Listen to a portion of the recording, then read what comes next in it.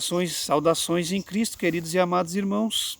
Nós vamos para a segunda parte, então, do nosso estudo aí sobre o catolicismo romano, tá certo?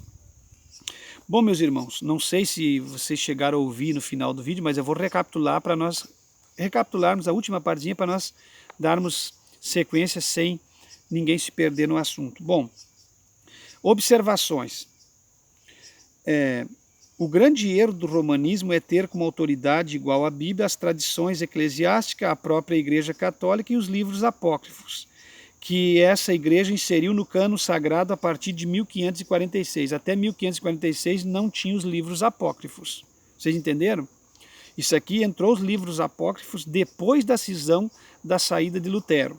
Vocês entenderam que a Igreja Católica, cada século que foi passando, ela foi piorando e se tornando cada vez pior no sentido do modismo e das aberrações? Vamos em frente, observações. O catolicismo lê somente a Bíblia aprovada pela Igreja. Dizem eles que a Bíblia é de difícil interpretação. A Bíblia é de difícil interpretação para quem não tem o Espírito Santo. A Bíblia deve ser aconselhada, a leitura da Bíblia, para a igreja. Não é só a liderança que pode ler a Bíblia, não é só a católica que fala isso. Tem muitas igrejas pseudo-cristãs aí que também dizem isso, seitas pseudo-cristãs, tá certo? Que deixam uma certa dificuldade na leitura da Bíblia, que nem eu já falei antes, e muitas pessoas ficaram atormentadas. A congregação cristã não investe muito na leitura da Bíblia, a igreja cristã Maranata não investe muito na leitura da Bíblia, e tantas outras igrejas seitas pseudo-cristãs, tá certo? Então a Igreja Católica ensina não ser necessário que todos os cristãos leiam a Bíblia. A Bíblia é necessária leitura para todo cristão, o que fortalece o cristão é a palavra de Deus. A Igreja Católica sempre veio com essa desde o começo da fundação, eles lendo, impedindo a leitura da Bíblia em classe ou para as pessoas que fazem parte do corpo da igreja lerem a Bíblia. Se eles deixarem as pessoas lerem a Bíblia, cai por terra as aberrações. Então eles nunca fizeram questão que os seus seguidores, seus fiéis, lessem a Bíblia. Observações. Para o catolicismo, heresia é a recusa voluntária em admitir uma verdade definida pelos magistrados. O que é magistrado? São os juízes, são os senhores da lei da terra civil. Então, para a Igreja Católica, a heresia não é o que nós ensinamos. Não é um desvio doutrinário das escrituras. A heresia para um católico é alguém não obedecer o que os magistrados aí da nação e do mundo, do país, dizem. Aí é uma heresia. Então você vê como está tudo distorcido, o que essa seita, o que esse, não sei nem o que dizer o nome, o que fazem com as pessoas, tá certo?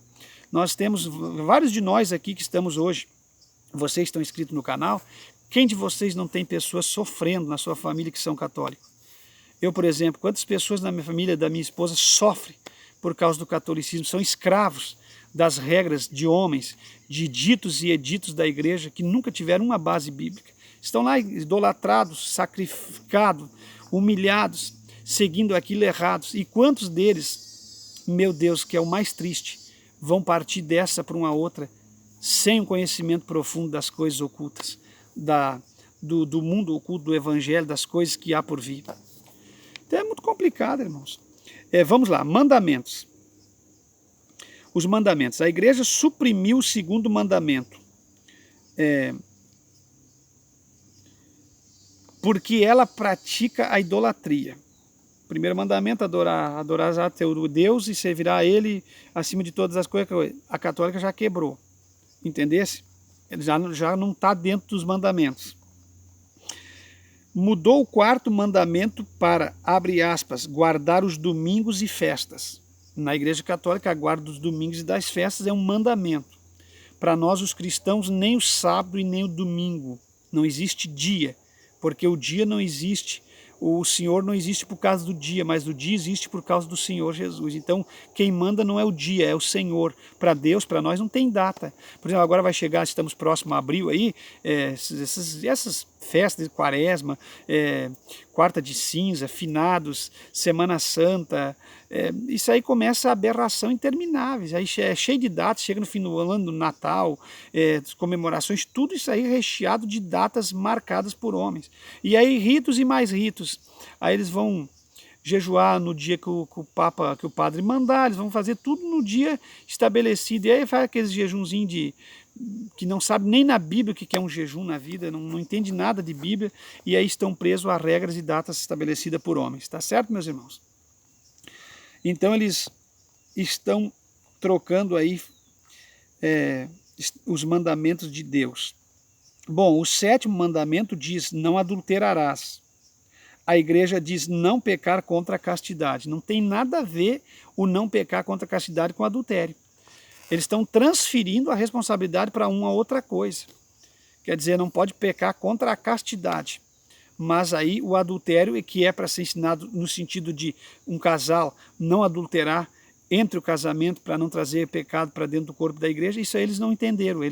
Quer dizer, eles mudaram tudo os mandamentos. Eles fazem o que bem entendem.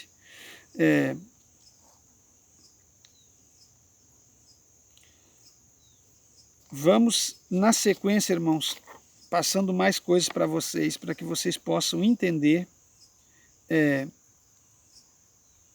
algo relacionado ao nosso estudo. Vamos fazer um adendo aqui para vocês que conhecem bem as Escrituras, conseguir se aprofundar. Disse de obra ou fato sem autenticidade ou cuja autenticidade não se provou. Disse entre os católicos dos escritos de assunto sagrado não incluídos pela Igreja no cânon das Escrituras autênticas e divinamente inspirada. Então aqui se referindo aos livros apócrifos. Indivíduo investido de munus público, delegatório de poderes da nação ou do poder central para governar ou distribuir a justiça. Então, meus irmãos, vocês percebam que a igreja fez uma fusão de mandamentos e dividiu outros. Uns ela fez uma fusão e outros ela dividiu.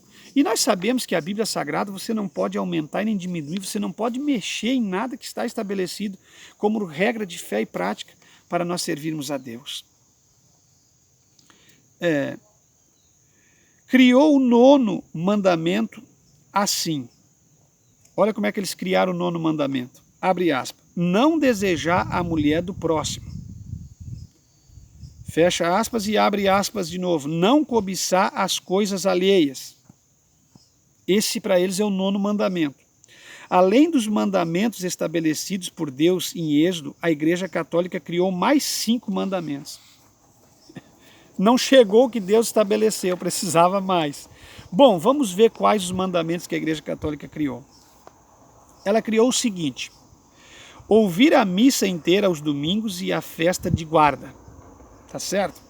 Segundo, confessar-se ao menos uma vez a cada ano. Confessar para o homem, não é para Deus. Você confessar os seus pecados para um homem normal e comum como você. Esse é o segundo. O terceiro, comungar ao menos na Páscoa e na ressurreição. Bom, eu aprendi biblicamente que uma vez por mês a Igreja Verdadeira faz um culto e ali ministra a ceia, que a ceia no mínimo tem 3 significados. Um é relembrar o passado, a morte de Cristo, no presente a pessoa de Cristo, e no futuro o antegozo teremos com ele quando ele vai estar conosco no céu. Mas a Igreja Católica ela pensa diferente. Ela não... comungando uma vez por ano tá bom. Jejuar e abster-se de carne quando mandar a Santa Igreja e o Santo Pontífice. Aí jejua, só quando a Santa Igreja mandar. Tipo nessas datas aí você entende que isso é uma obra do diabo, aí não é doutrina e mandamento, aí é uma heresia de perdição, porque aí, digamos que próximo à Semana Santa, eles compram um peixe, vão fazer um jejum de carne vermelha, vão comer um peixinho, porque naquele dia eles inventaram lá que Jesus pescou, que Jesus comia peixe, e que o peixe é isso, que o peixe é aquilo, e aí eles fazem um jejum e comem peixe. Todo mundo comendo peixe, em obediência às regras humanas. Não tem nada a ver com regra divina, nada a ver com Deus. E os papas enlouquecem tentando provar, ficam enlouquecidos, xingam, chamam a igreja evangélica protestante de lixo, né?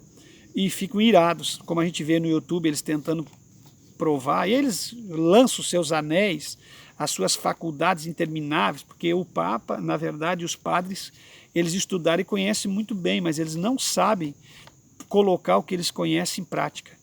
Por causa da igreja que está há séculos fundada em cima de uma doutrina errônea, não tem como mudar, um padre ou dois vai mudar, mas na verdade o padre que conhece Bíblia, ele sabe que verdadeiramente eles estão errados. 5º mandamento criado pela católica, pagar os dízimos 100º segundo o costume da própria igreja. não é o dízimo bíblico que nós pregamos. Aqui eu vou arrumar mais uma encrenca com os antidizimistas. O que tem de gente que tem raiva do dízimo é incrível. Meus irmãos, mas já está aqui, ó.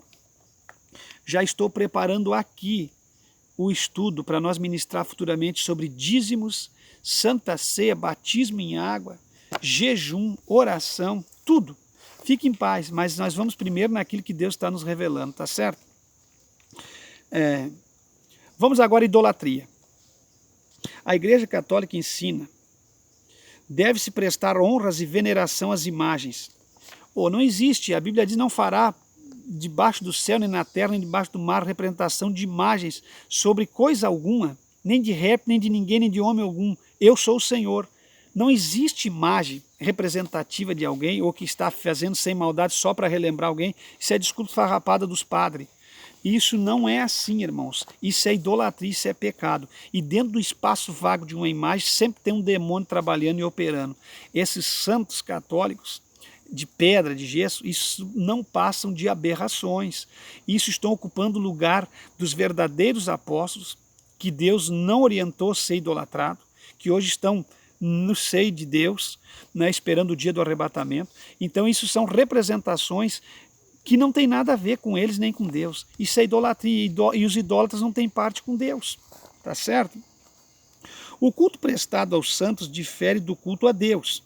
O culto é prestado através de honras e veneração de imagens e relíquias dos santos. Quer dizer, toda vez que vai oferecer um culto, ou qualquer data que vai se fazer uma missa ou coisa, tem que entrar com a relíquia, ou com um Deus Sol, ou com Ísis, ou com Osíris, ou com coisas nascentes lá na Babilônia, no Antigo Egito, ou com aqueles bastão, ou para eleger um papa com uma fumaça saindo da chaminé. Tudo umas eleições diabólicas. Então não tem nada de parte com Deus. É tudo muito místico, é muita idolatria. O costume de cultuar aos santos através de imagens dada do quarto século, em 1564, o costume de cultuar aos santos através de imagens data do quarto século. Foi no quarto século que entrou o culto às imagens. Em 1564, o Papa Pio IV decretou manter imagens e que a elas se deverá prestar honras e veneração. Talvez essa seja a maior abominação perante Deus, a adoração de imagens de santos dentro da Igreja Católica Apostólica e Romana. A Igreja Católica alega que tais imagens servem para uma semelhança, mas como explicam as pessoas andando quilômetros carregando imagens nas suas costas, fazendo procissões intermináveis, fazendo carreatas, outros de joelhos para pagar penitência e promessa de alguma cura recebida. Nós sabemos que o diabo também cura e sabemos que Deus também cura. Tem pessoas que podem ter sido com a cura falsa por trás das imagens, daquilo que está escondido atrás das imagens dos santos, enganando. E aí ele vai pagar a penitência para o próprio diabo de joelhos.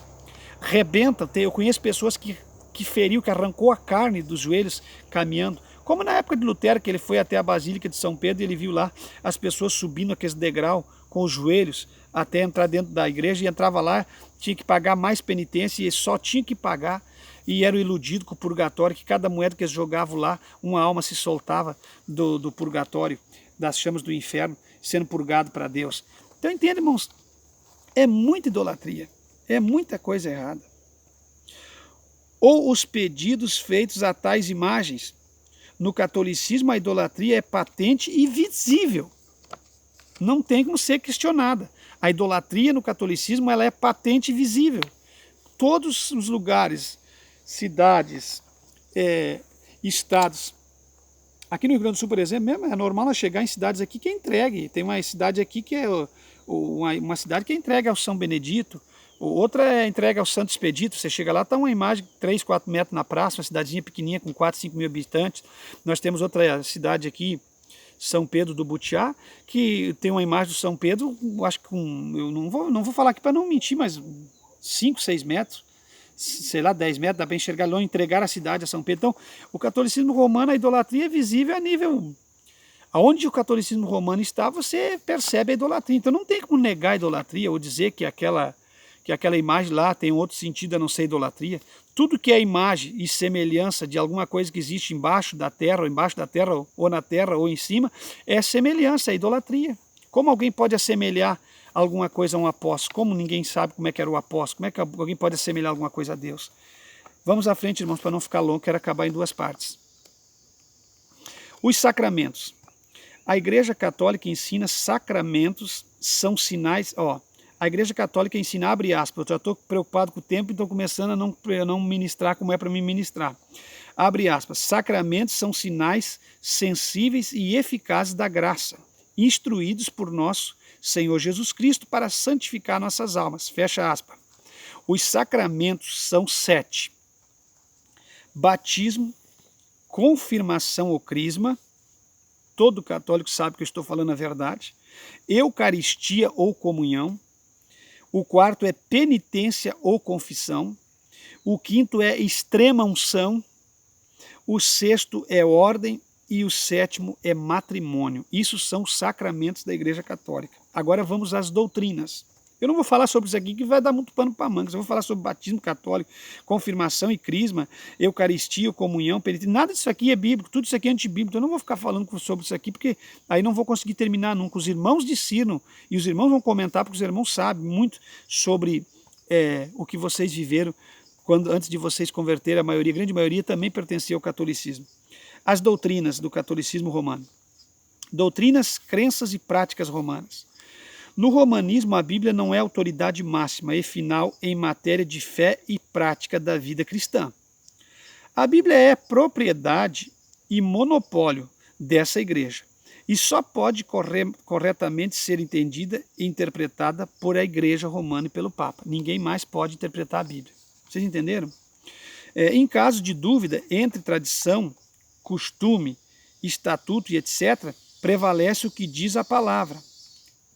Em caso de dúvida entre tradição, costume, estatuto e etc., vai prevalecer o que diz a palavra de Deus entre parênteses, Isaías 8 e 20, Isaías 30 e versículo 8, Deuteronômio 4 e 2, Mateus 15, 1, 6 e versículo 9, e Apocalipse 22 e o verso 18. Aqui está alicerçado, então, a forma que a Bíblia se relata sobre tradição, costume, estatuto e etc.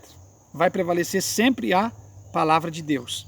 Purgatório, uma das doutrinas do catolicismo romano, purgatório. Bom, o purgatório ensina que seus fiéis que morrem com pecados veniais não perdoados vão para o purgatório, para purgarem esses pecados, tá certo?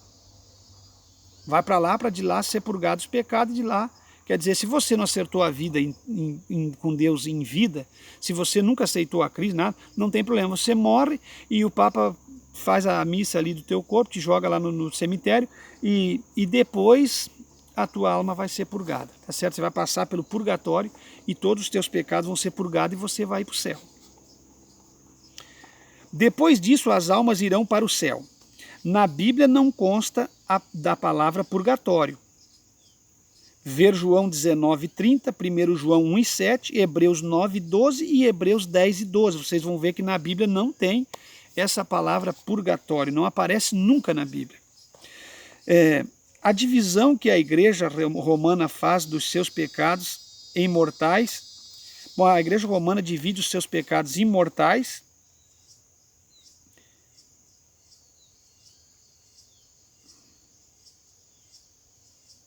viu, meus irmãos? A Igreja Romana divide os seus pecados em mortais. Eu estava lendo um adendo aqui no final do rodapé, mas não vou passar porque vai fazer confusão na cabeça de vocês. Deixa assim como estava. Ela divide em dois, pecados mortais e pecados veniais. É antibíblica. Ao pecador penitente, convicto pelo Espírito Santo, e sinceramente arrependido, Deus o perdoa de todos os seus pecados. Não existe venial e nem mortal. Pecado é pecado e acabou. Quando a gente aceita Cristo, nós somos convencidos e perdoados dos nossos pecados. Em vida temos que viver uma vida santa, agradável a Deus. Quando partimos, nós já vamos é para o ponto determinado que a Escritura nos endereça. Não tem essas conversas de um lugar de estágio para purgar os pecados, porque alguém teve pecados veniais e o outro teve pecados mortais. Não, de forma alguma. Isso é um erro, um ensinamento errôneo da Igreja Católica. Os católicos...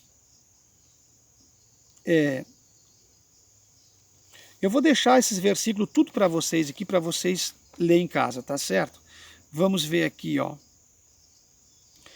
Então, ao pecador penitente, convicto pelo Espírito Santo e sinceramente arrependido, Deus o perdoa de todo o pecado. Salmo 103:3, Isaías 57:7, Isaías 1:18, 1 João 1:9. Vamos à frente. Os católicos citam Mateus 5:25 e 26 em apoio ao purgatório. Sem nenhum texto, sem contexto, fora de contexto, para arrumar um grande de um pretexto.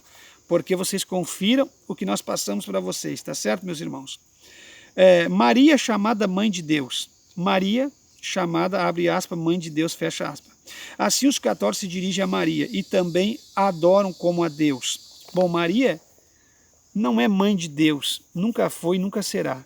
A Virgem Maria foi uma mulher escolhida dentre as mulheres, como qualquer outra mulher, mas uma mulher que se achava cheia de graça espiritual diante de Deus. Então Deus escolheu ela para realmente receber no seu ventre o fruto da obra do Espírito Santo. Deu a luz ao filho, a obra agora é do filho, a Maria sai de cena. Então na católica a Maria nunca sai de cena. Não é que nós somos contra a Maria, é que nós, os evangélicos, colocamos a Maria no lugar dela, como uma mulher qualquer que está esperando o juízo de Deus e a eternidade. Vocês entenderam? Então a Maria não é mãe de Deus. Vamos à frente. Foi concebida sem pecado. Eles dizem que a Maria foi concebida sem pecado e que ascendeu ao céu do mesmo modo que nosso Senhor Jesus Cristo. Que aberração tremenda. O único que ascendeu ao céu, o único que ressuscitou, porque para ascender ao céu tem que ressuscitar. E Maria nunca ressuscitou. O único que morreu na cruz, derramou sangue, ressuscitou, e toda a obra do Calvário, toda a obra da existência da humanidade está centrada em Jesus, não Maria. Maria saiu de cena, meus irmãos. Maria para nós é uma mulher qualquer, como qualquer mulher crente da igreja, só que ela viveu no outro período e já está com Deus esperando o dia do arrebatamento. Inclusive está lá na sepultura. O corpo dela, os ossos já sumiu, já foi, o próprio tempo já se encarregou de eliminar, tá certo?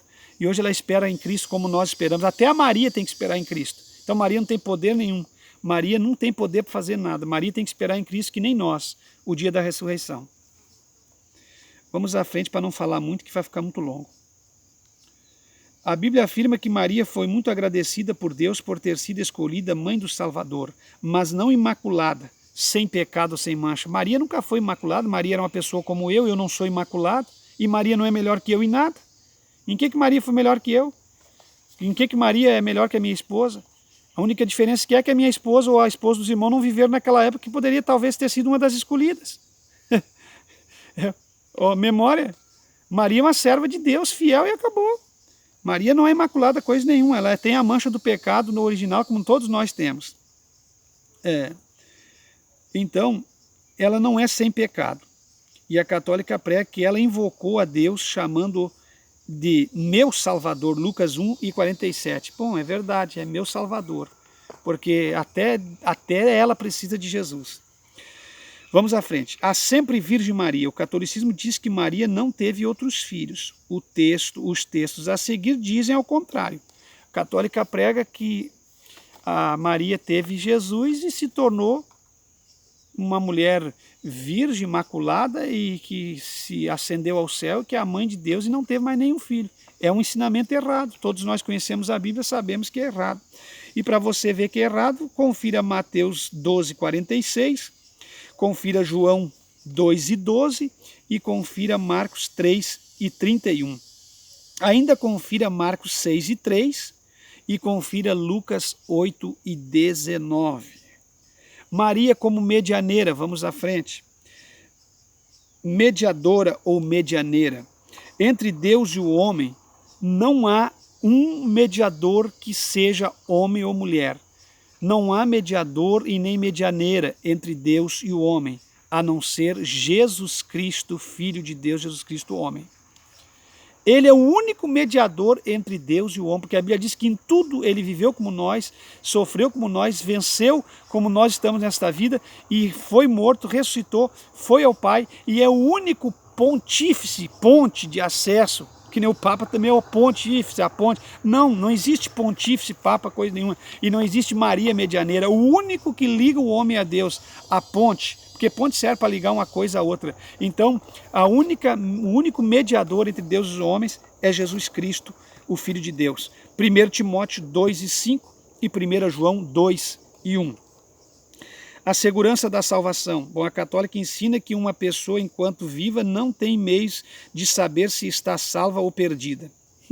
Não é o que a Bíblia ensina. Nós temos certeza da nossa salvação.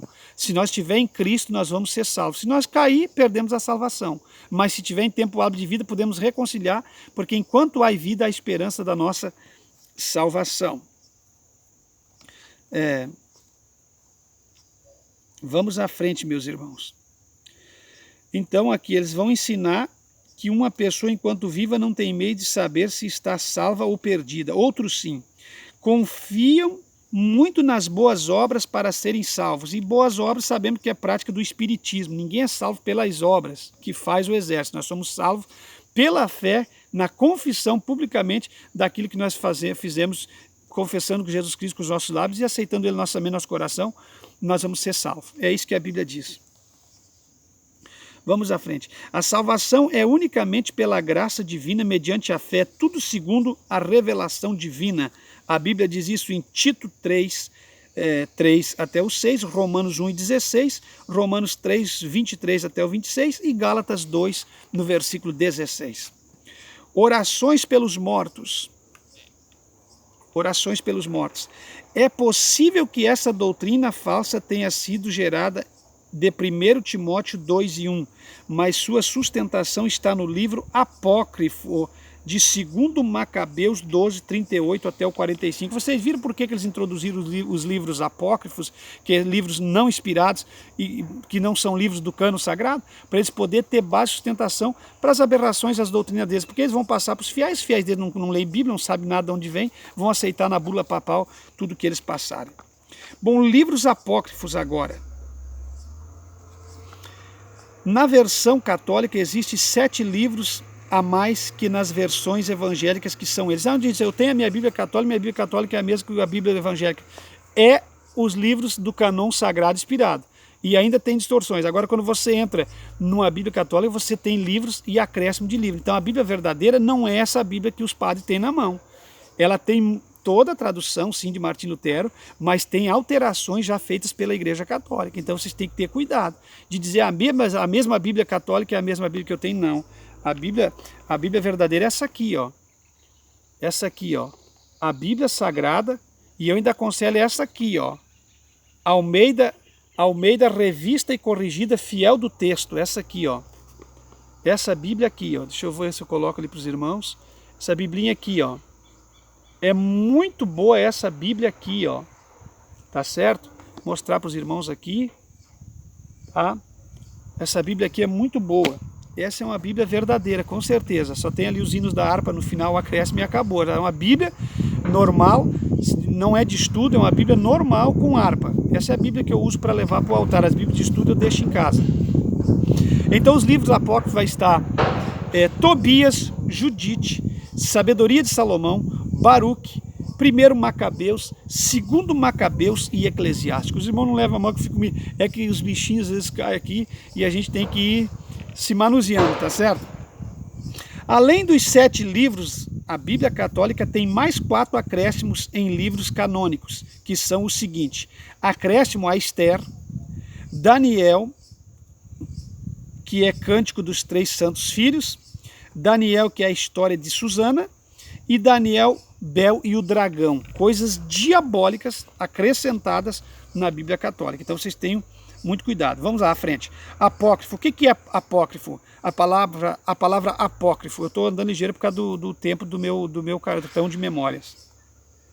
Significa não genuíno. Os apócrifos foram acrescentados à Bíblia Católica com o intuito de comprovar algumas heresias católicas que não era encontrado base nos livros canônicos, no cano sagrado. Os apócrifos nunca fizeram parte do cânon hebraico. Eles nunca foram citados no Antigo Testamento. Flávio Joséfo, grande historiador judeu, nunca viu Flávio Joséfo os emite em seu livro sobre essas coisas. Eles contêm erros históricos, geográficos e cronológicos. Históricos, geográficos e cronológicos, livros apócrifos. Então não são livros para nós termos como base. Apoiam doutrinas contrárias às escrituras em geral. São contraditórios às doutrinas das escrituras em geral. Meus irmãos queridos, eu vou ter que gravar em 3 partes, porque já vai estar indo a minha memória, tá? Vocês vão visitar em nome de Jesus as 3 partes desse estudo do catolicismo romano. Eu volto com vocês no próximo vídeo, mais pequeno, para dar conclusão desse estudo, tá certo? Falou com vocês o pastor Levi Longaray. Divulgue, acione o sininho da notificação, comente e compartilhe os nossos vídeos. Esse estudo é de grande relevância para a vida de todos os cristãos, tá certo? Até o próximo vídeo, querendo Deus.